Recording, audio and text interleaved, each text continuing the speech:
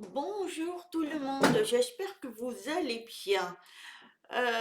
Voilà, alors il est très de bonne heure, mais bon, ça c'est mes habitudes.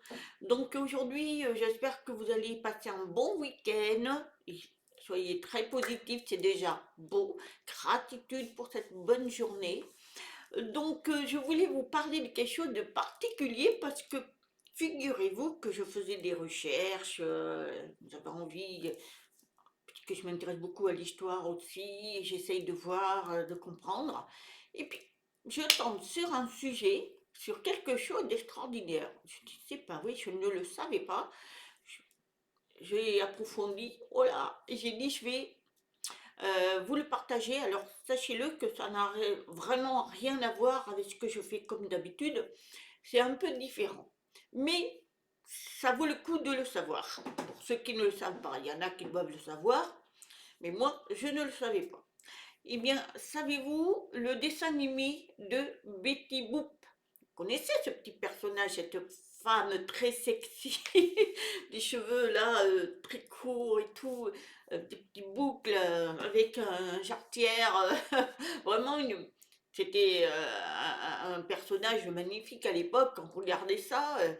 Eh bien, figurez-vous quand je faisais des recherches, je suis tombée sur la vraie Betty Boop. La vraie.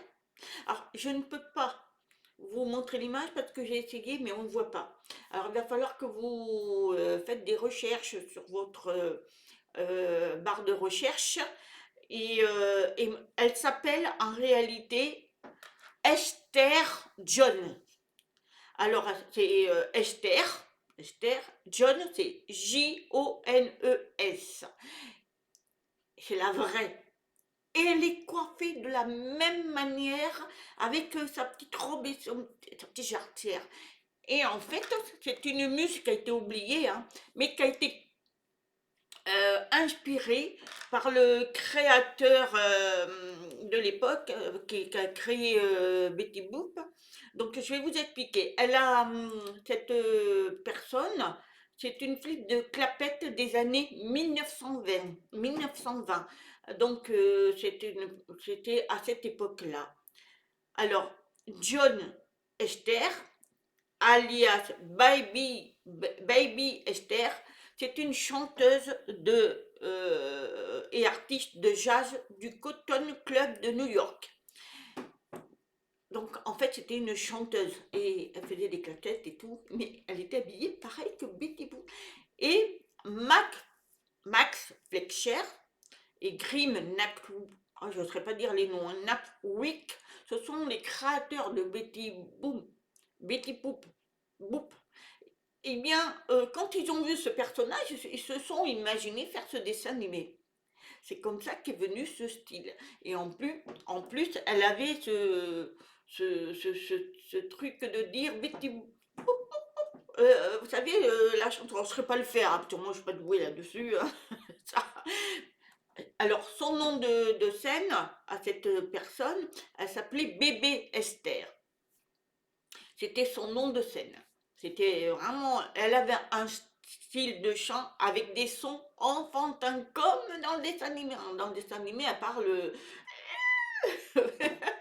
Eh bien, c'était la même personne. Et son image enfantin attirait l'attention de Fletcher. Donc voilà, elle se comportait comme le dessin animé. C'était le même.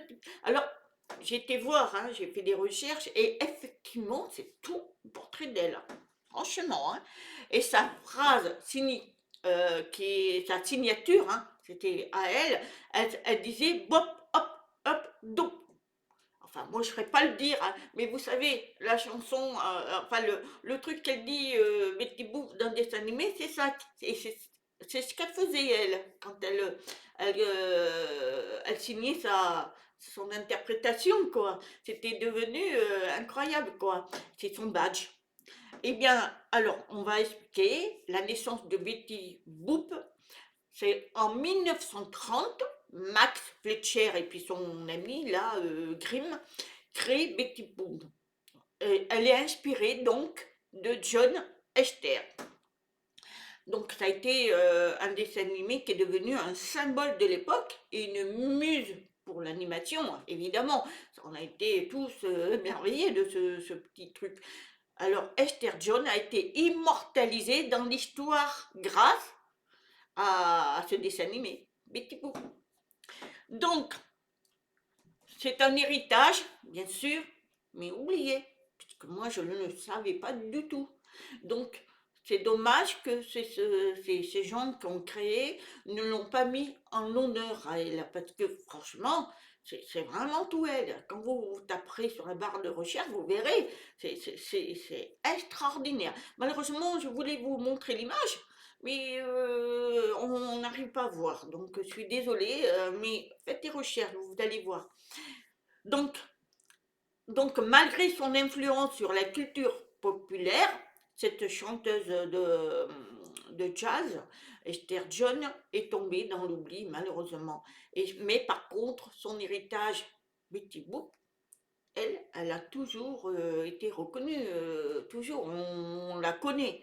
Tandis que la chanteuse jazz, non, on l'a complètement oubliée. Et c'est ça qui est malheureux. Malheureux parce que s'ils n'avaient pas vu ce personnage, je pense qu'elle n'aurait pas existé, Betty Boop. Donc, c'est dommage de ne pas mettre en avant ces personnages-là, cette chanteuse, hein. Et elle avait un énorme talent, il paraît. Donc, allez voir, vous allez être surpris, mais vraiment, moi, j'étais vraiment surpris, mais vraiment à l'identique. Mais c'est humain, cette fois-ci, c'est plus dessin animé. Donc, moi, j'ai été...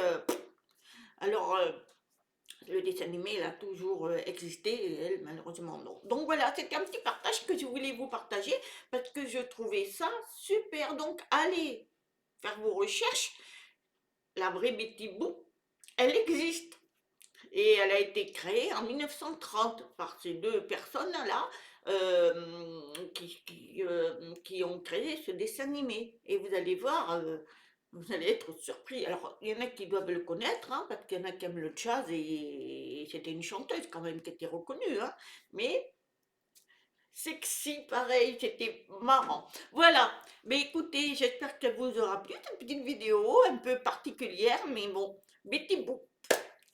Je vous souhaite une très très bonne journée, bon week-end. Namasté.